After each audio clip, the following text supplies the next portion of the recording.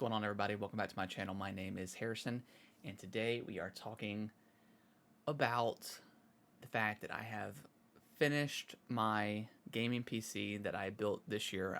I am so excited to finally do like a quick video on it and kind of my trials and errors that I've had with building this thing.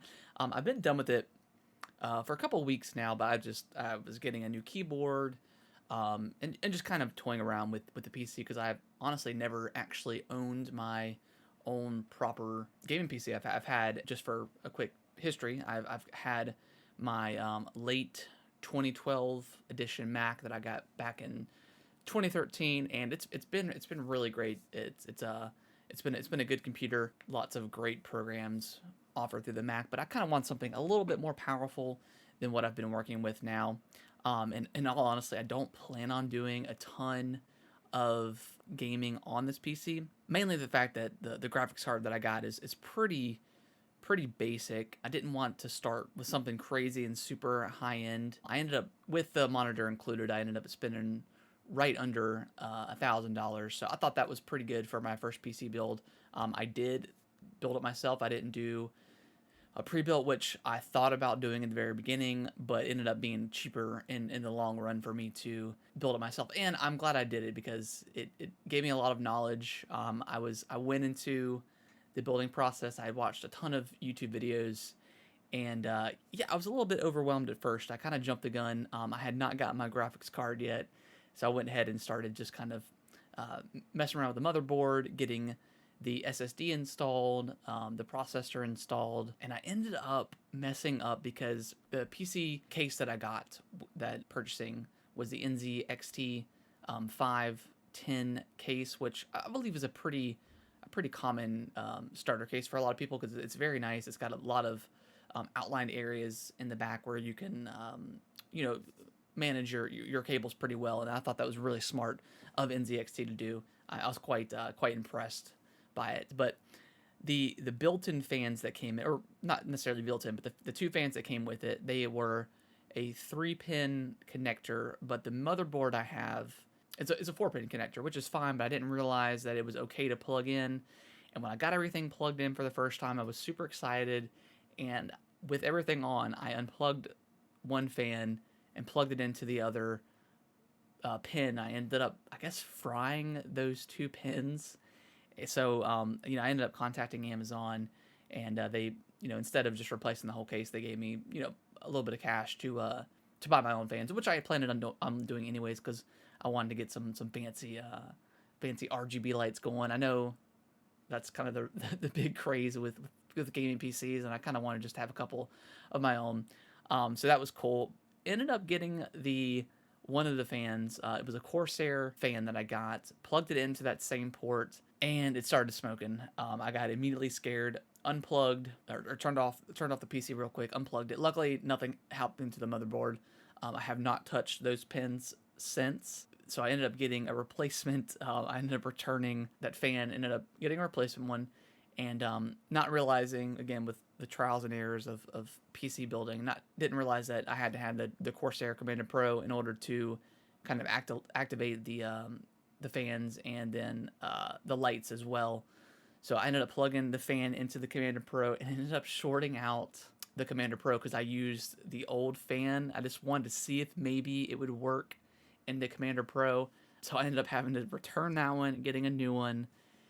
It was a lot of errors, just specifically with the fans, just me not using my common sense, I guess, and just being impatient and wanting to get everything up and running. So that was a little bit frustrating at first, and then just trying to get a version of Windows onto the PC itself so I could get everything booted up was a little bit of trial and error with that as well, just going from a Mac and having to format my memory stick that I was using, my flash drive, formatting that into the correct form factor in order to get the Windows downloaded from a Mac onto my PC. And then after I got that, everything was kind of good to go. I mean, I've got to actually install the full version of Windows. I've still got the quote unquote free version that I downloaded from my Mac. So I've got to get that installed, and I believe all of my other devices that I have should work properly. but yeah, it's been awesome having a nice PC. I've got a new desk set up that I'll show you guys, and kind of my setup that I've got going on. And I've got my I've got an uh, old TV that I'm using as a second monitor, so I'll eventually upgrade to another monitor as well for my PC, because one monitor doesn't quite do it when you're trying to mess with OBS stuff and gaming and recording my podcast that I do. So it's you definitely need that second monitor for sure.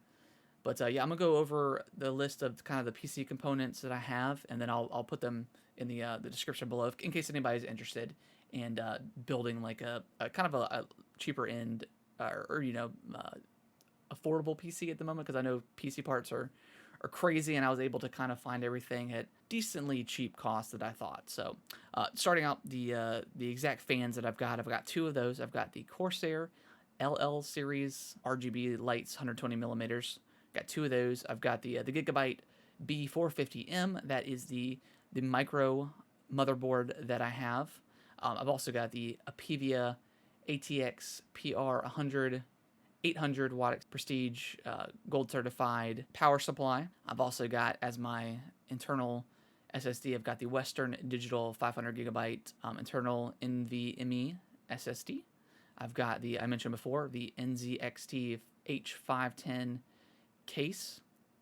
I've got Corsair Vengeance LPX 16 gigabytes of RAM, and I've got two of those. It's two 8 gigabyte RAMs. I've got an AMD Ryzen 5 3600 processor. Got as far as my gaming monitor goes, I've got a Dell S2421 monitor, and then my graphics card, I've got a Gigabyte GeForce GT 1030 DirectX card. The Commander Pro that I mentioned works specifically with the Corsair fans, or any other RGB fan in general, is the Corsair iCUE Commander Pro, and also the Corsair RGB LED fan hub that is needed as well. And that is the PC that I have. I'm not going to put on the keyboard or mouse or anything like that, because they're pretty generic kind of stuff, nothing too fancy. But yeah, I am super excited to have this thing up and running, and it has been quite an experience. I wish I had someone else with me that knew what they were doing as far as helping me do it, because I know my frustrations wouldn't have been as bad. And yeah, I look forward to slowly kind of upgrading my parts as the years go along, because that's kind of what you do with PC gaming. So I'm very excited to get into that. And again, this is a very low end kind of starter PC that I built. So I know it's nothing crazy or fancy, but I'm happy to finally be able to make this video. Yeah, just super pumped for the future of this channel and what I'm able to do with kind of the programs that I'm able to use. Because with the Mac, like I said, it was an older Mac, so it's obviously a lot slower. But I've noticed that a lot of the programs and kind of applications that I want to use with it are the updates are kind of far behind their PC counterpart, so it's a little frustrating trying to get everything to work together. So glad to have my own PC and able to do stuff like that. So yeah, if you guys like this style of video, give it a thumbs up, consider subscribing to the channel, and activating that bell so you know when my videos go live for you. And I will see y'all in the next video. Thanks for watching.